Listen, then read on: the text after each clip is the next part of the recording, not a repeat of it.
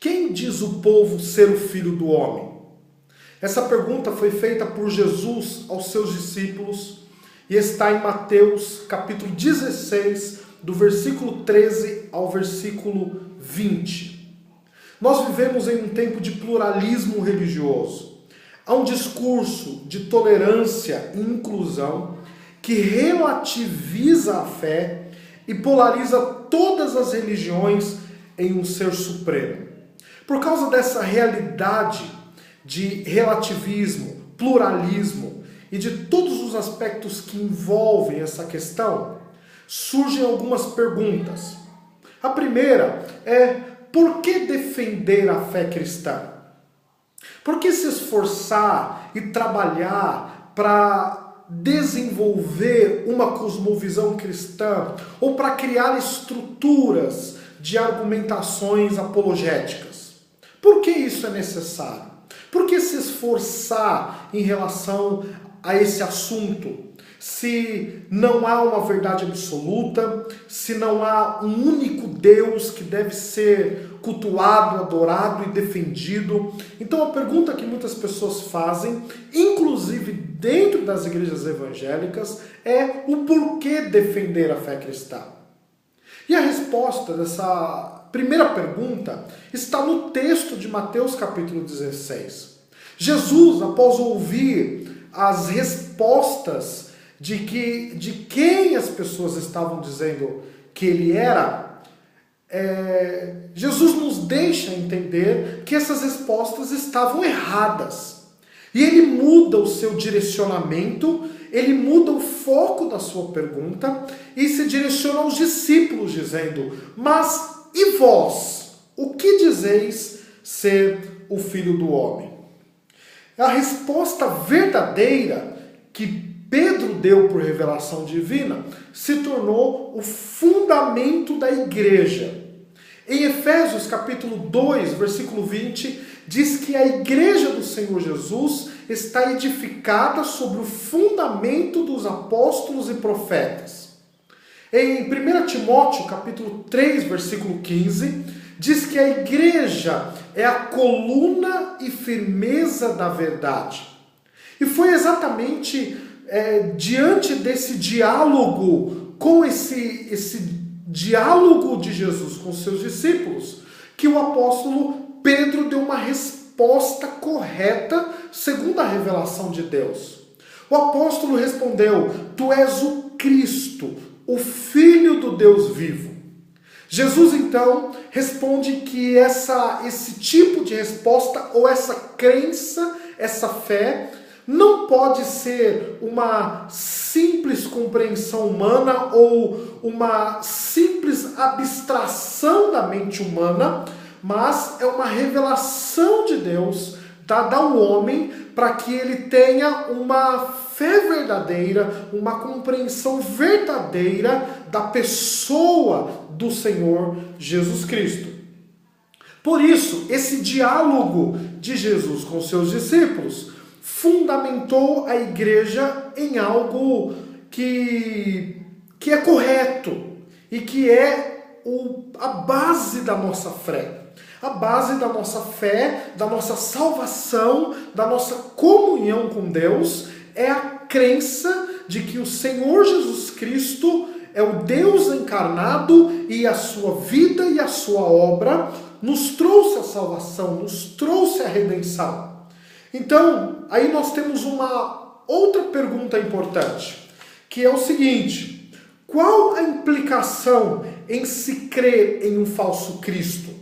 Como algumas respostas que foram dadas de quem é Jesus. Quais as implicações de se crer num Cristo de forma errada, num Cristo que não é o Cristo revelado pelo Pai e que está registrado nas Escrituras? Nós temos a resposta dessa segunda pergunta na carta de 1 João, capítulo 2, do versículo 18 ao versículo 26. O apóstolo João diz que muitos estão saindo ao mundo para enganar, revelando ou ensinando um Cristo que não é o Cristo verdadeiro. A questão cristológica se tornou o ponto principal nos discursos liberais e nos discursos sectários, nas seitas, chamadas seitas cristãs.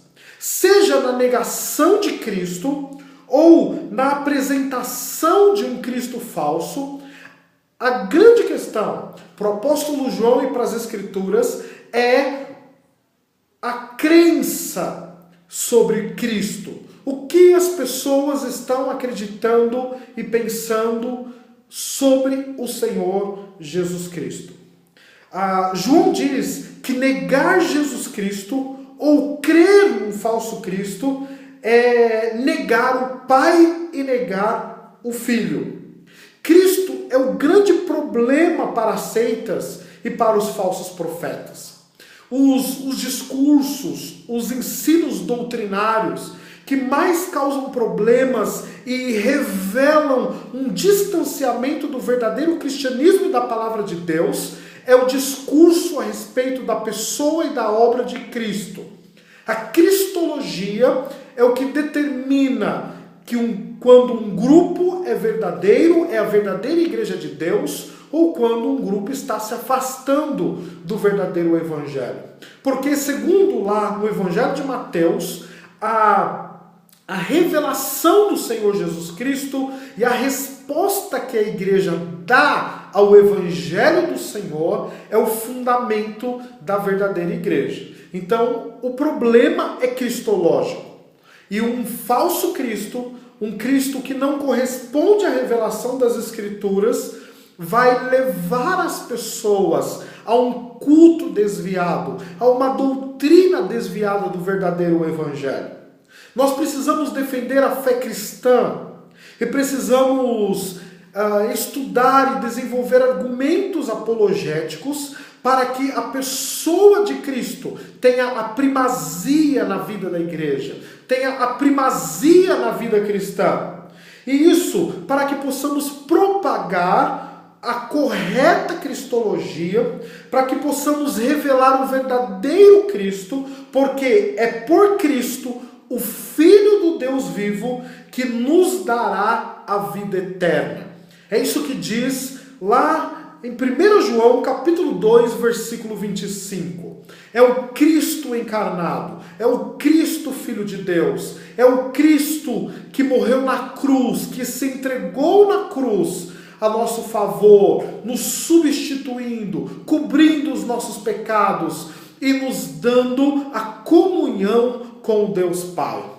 A crença verdadeira no Senhor Jesus Cristo determina a nossa vida cristã e a nossa salvação. Então nós precisamos conhecer ao Senhor Jesus Cristo e prosseguir crescendo no conhecimento do Senhor, para que possamos ter a vida eterna, para que possamos ter comunhão com Deus e levar as nossas igrejas ao verdadeiro Evangelho e à exaltação do único e suficiente Salvador, o Senhor e Salvador Jesus Cristo. Que Deus o abençoe na graça e na paz do nosso Senhor Jesus Cristo.